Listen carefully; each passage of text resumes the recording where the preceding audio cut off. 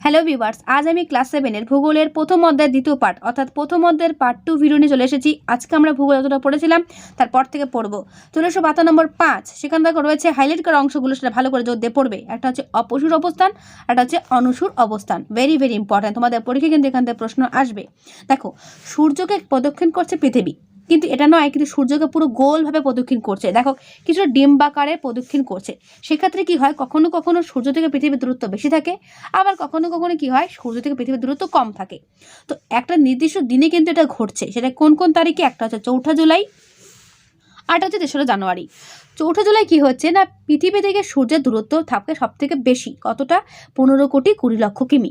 ওকে, তাকে বলছে অপসূর অবস্থান বা অ্যাফেলিয়ন। ওকে, আর 3রা জানুয়ারি 3 তারিখে কি হয়, জানুয়ারি মাসের 3 তারিখে, যেটা আর কি এই মাসেই হচ্ছে। তো সেখানে কি দেখতে পাচ্ছি না, সূর্য থেকে পৃথিবীর দূরত্ব সব থেকে কম। কত না, 14,70,00,000 কিমি। একে বলছে পৃথিবীর অনুসূর অবস্থান। ট্রিপল স্টার করে রাখো, তোমাদের পরীক্ষায় কিন্তু এটা আসবেই যে অপসূর আর অনুসূর বলতে কি বোঝো এবং কোন কোন তারিখে এটা হচ্ছে এবং তখন পৃথিবীর দূরত্ব সূর্য থেকে কতটা থাকে। ঠিক আছে, এটা কিন্তু ভালো করে হাইলাইট করে রাখো। তোমাদের ভূগোল বই আমি যেই জায়গাগুলো তোমাদের জোর দিয়ে পড়তে বলবো, একটু ভরসা করে সেগুলো পড়ে যাবে। পরীক্ষা দেখবে ভূগোলে সব থেকে বেশি নম্বর পাচ্ছ। ওকে, তো আর দেরি না করে চলো চলে এসো তার পরের পাতায়, পাতা নম্বর 6। সেখান থেকে রয়েছে চান্দ্রমাস কি, ট্রিপল স্টার। বলছে পৃথিবীর উপগ্রহ চাঁদ, এই বিষয়ে কোনো সন্দেহ নেই। তো এই চাঁদ কি করে, পৃথিবীকে 27.5 অর্থাৎ 27.1 দিনে কি করে, প্রদক্ষিণ করে। ঠিক আছে, যেরকম পৃথিবী সূর্য চাঁদে ঘোরে, সেরকম চাঁদও কিন্তু পৃথিবী চাঁদে ঘোরে। তো এটা করতে কতদিন সময় লাগছে? 27.1 দিন। ঠিক আছে, তো এই সময়টাকেই বলা হচ্ছে চান্দ্রমাস। বোঝা গেল?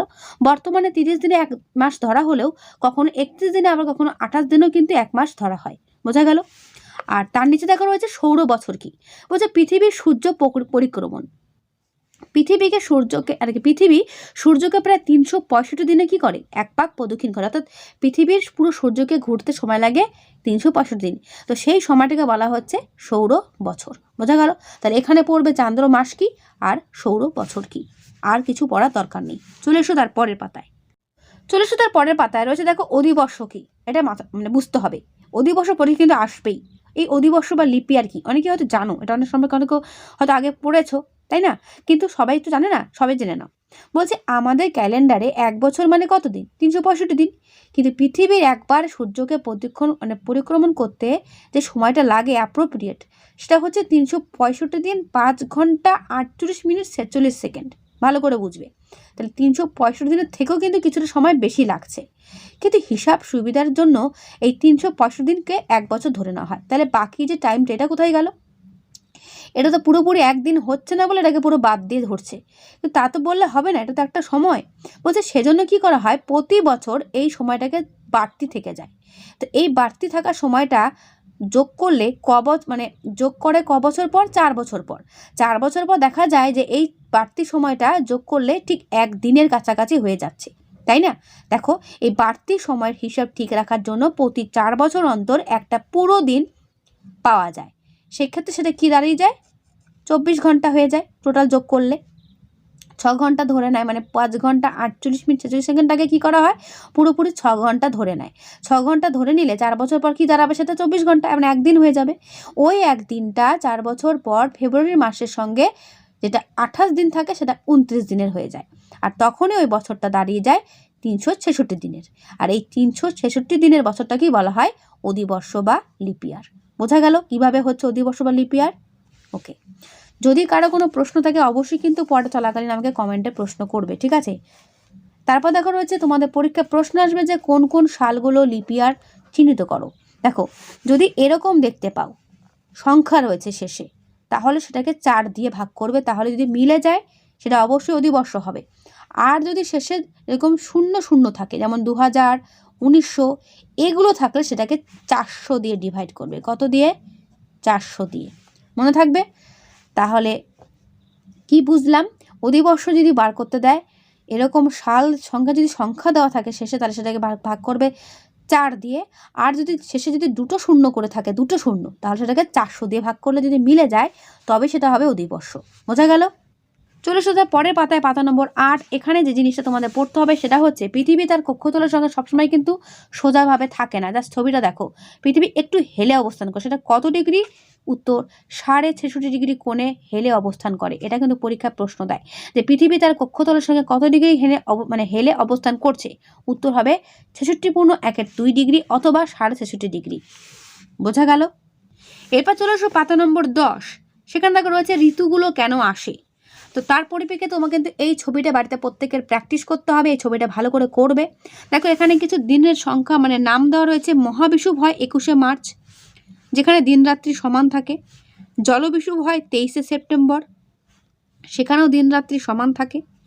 22শে ডিসেম্বর মকর সংক্রান্তি হয়। কর্কট সংক্রান্তি হয় 21শে জুন। ব্যাস, এই তথ্য কটা মনে রাখবে। এরকম শর্ট প্রশ্ন দেয় এগুলো, জাস্ট শর্ট প্রশ্ন, যে মহাবিষুব কোন তারিখে হয়, জলবিষুব কোন তারিখে হয়, মকর সংক্রান্তি কোন তারিখে হয় এবং কর্কট সংক্রান্তি কোন তারিখে হয়। এই পাতাতে এটুকু পড়লেই যথেষ্ট। চলে এসো পাতা নম্বর 11। সেখান থেকে রয়েছে সূর্যের বার্ষিক আপাত গতি বা রবি মার্ক। ঠিক আছে, এটা তোমাদের কিন্তু পড়তে হবে। এটা পড়বে ঠিক এখান থেকে। বলছে পৃথিবী পশ্চিম থেকে পূর্ব দিকে আবর্তন করে, এটা তো জানো।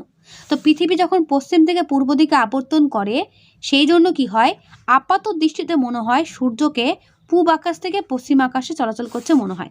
মনে হয় সূর্যই পূর্ব দিকে উঠছে, পশ্চিম দিকে অস্ত যাচ্ছে। এটাকেই বলা হচ্ছে সূর্যের দৈনিক আপাত গতি। বোঝা গেল? তাহলে দিনে যেটা ঘটছে সেটা তো দৈনিক। তারপর দেখো রয়েছে নিচে, হেলানো অক্ষের জন্য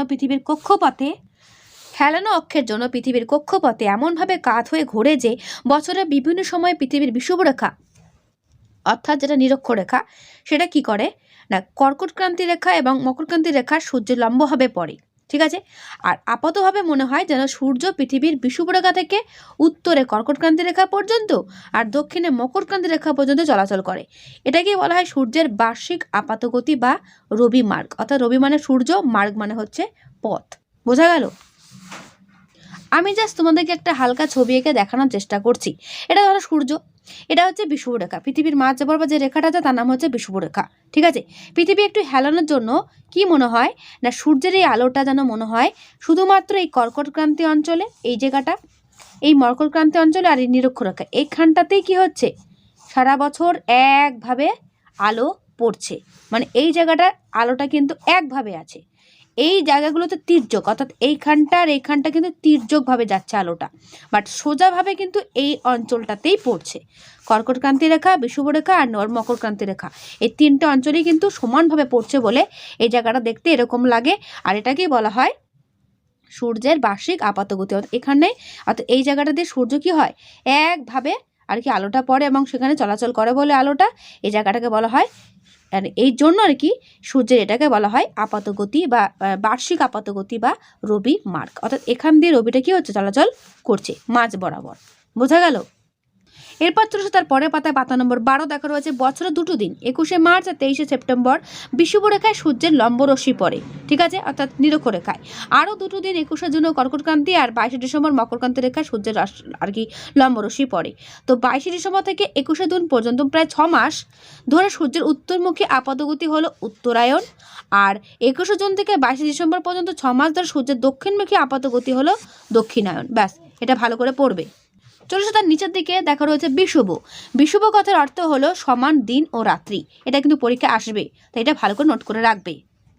এরপরে দেখা রয়েছে 21শে মার্চের বিষুবকে উত্তর গোলার্ধে বসন্তকালীন বিষুব বা মহাবিষুব বলা হয়।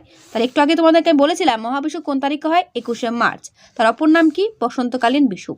ঠিক আছে, এটা কেন বলা হয় তার উত্তর আগের পাতা থেকে এই পর্যন্ত পড়লেই পেয়ে যাবে। তারপর দেখা রয়েছে তার নিচের দিকে 21 জুনকে বলা হয় কর্কট সংক্রান্তি। কেন বলা হয় তার আনসার এখান থেকে এই পর্যন্ত পড়লেই পেয়ে যাবে। ঠিক আছে, এটা কিন্তু একটা ইম্পর্টেন্ট প্রশ্ন। দেখো 21শে জুন পৃথিবী নিচু কক্ষপথে এমন একটা জায়গায় আসে যে উত্তর গোলার্ধে কর্কটক্রান্তি রেখার ওপর ও লম্বভাবে সূর্যরশ্মি পড়ে। এই দিন উত্তর গোলার্ধের দিন সব থেকে বড় আর দক্ষিণ গোলার্ধের দিন সব থেকে ছোট হয়, যেই জন্য কি হয় না, সমুদ্রবৃত্তে 24 ঘন্টা সূর্যকে দেখা যায় আর কুমেরুবৃত্তে 24 ঘন্টায় অন্ধকার থাকে। 21শে জুন কর্কট সংক্রান্তিকে বলা হয়, 21শে জুনকে বলা হয় কর্কট সংক্রান্তি। ঠিক একইভাবে 21শে জুনের পর দক্ষিণায়ন শুরু হয় এবং সেই তারিখটা হয় 23শে সেপ্টেম্বর, সেটাকে বলা হয় জলবিষুব। যেহেতু তোমার প্রথম পরীক্ষাটা 15-র মধ্যে হবে, তাই শর্ট প্রশ্ন বেশি থাকবে, সুতরাং এইগুলো ভালো করে করবে যে কোন তারিখটাকে জলবিষুব বলা হয়। উত্তর হবে 23শে সেপ্টেম্বর। তার নিচে চলে এসো, দেখো মকর সংক্রান্তি কোন তারিখে বলা হয়? 22শে ডিসেম্বরকে বলা হয় মকর সংক্রান্তি। কেন বলা হয়? তার আনসার এখান থেকে এই পর্যন্ত লিখতে হবে। ঠিক আছে, এরপর চলে আসে তার পরের পাতা, দেখো রয়েছে আলোকিত রাত্রি অন্ধকার দিন। এখানে পড়তে হবে না কিছুই, চলে আসে একদম নিচে, দেখো রয়েছে মধ্যরাত্রি সূর্য। এখানে ভালো করে পড়বে। দেখো মার্চ থেকে জুন বা জুলাই এই সময়ে Canada, Denmark, Alaska, Norway, Sweden, Iceland এর অনেক জায়গা থেকে স্থানীয় সময় অনুযায়ী গভীর রাত্রিতে কিছু সময়ের জন্য দিগন্ত রেখা সূর্যকে দেখা যায়। তার নরওয়ের উত্তরে হামারফাস্ট বন্দরে মে মাসে থেকে জুলাই মাস পর্যন্ত সূর্যকে রাতের বেলা স্পষ্টভাবে দেখা যায় বলে একে বলা হয় মধ্যরাত্রি সূর্যের দেশ বা নিশীথ সূর্যের দেশ। প্রশ্ন আসবে পরীক্ষাতে যে মধ্যরাত্রি সূর্যের দেশ বা নিশীথ সূর্যের দেশ কাকে বলা হয়? উত্তর হবে নরওয়ের হামারফাস্ট বন্দরকে। ঠিক আছে, ভেরি ভেরি ইম্পর্টেন্ট। এরপর দেখো তার পরের পাতায় পাতা নম্বর 16তে দেখো রয়েছে বক্সের মধ্যে একটা কোণে সুমেরুপ্রভা ও কুমেরুপ্রভা কি? অর্থাৎ সুমেরুপ্রভা অরোরা বোরিয়ালিস, কুমেরুপ্রভা aurora australis. Very very important. দেখো দুই মেরু প্রদেশ অর্থাৎ পৃথিবীর ওপর প্রান্তে এবং নিচের প্রান্তে, সেটাকে মেরু প্রদেশ বলা হয়। ঠিক আছে, তো একটানা রাত চলার সময় মাঝে মাঝে আকাশে রামধনুর মতো রঙিন আলোর জ্যোতি দেখা যায়, তাকে বলা হয় অরোরা। ঠিক আছে, বায়ুমণ্ডলের বিভিন্ন আয়নিত গ্যাসের সঙ্গে সূর্যরশ্মির সংঘর্ষের ফলে এই মেরু অঞ্চলে আকাশে এরকম বিচ্ছুরিত আলোর সৃষ্টি হয়। একে উত্তরের গোলার্ধে সুমেরুপ্রভা আর দক্ষিণে কি বলা হয়? কুমেরুপ্রভা। উত্তরে যেটা হয় সেটাকে বলা হয় অরোরা বোরিয়ালিস, আর যেটা দক্ষিণে হয় সেটাকে বলা হচ্ছে অরোরা অস্ট্রালিস। এটা কিন্তু পরীক্ষাতে আসে যে অরোরা বোরিয়ালিস বা অরোরা অস্ট্রালিস কি, অথবা সুমেরুপ্রভা ও কুমেরুপ্রভা কি। Very very important. তো যেগুলো তোমাদেরকে আমি এই চ্যাপ্টারে হাইলাইট করতে বললাম বা মার্ক করতে বললাম, সেগুলো ভালো করে মার্ক করো এবং এগুলো জোর দিয়ে পড়ো। দেখবে এগুলোই পরীক্ষাতে প্রশ্নতে দিয়ে দিচ্ছে। ঠিক আছে, তো তোমাদের পৃথিবীর পরিক্রমা চ্যাপ্টার থেকে এই হলো ইম্পর্টেন্ট তথ্য এবং পড়াটা কেমন বুঝলে অবশ্যই কমেন্টে জানাবে। ভালো লাগলে একটা লাইক ও বন্ধুদেরকে শেয়ার করতে ভুলবে না, যত পারো বন্ধুদেরকে শেয়ার করে দাও। ঠিক আছে, আর যদি কোনো প্রশ্ন থাকে সেটাও আমাকে কমেন্ট বক্সে জানাবে। তো আজকের ভিডিওটা আমি এখানে শেষ করছি, দেখা হবে নেক্সট ভিডিওতে। ভালো থেকো সবাই আর ভালো করে পড়ো সবাই।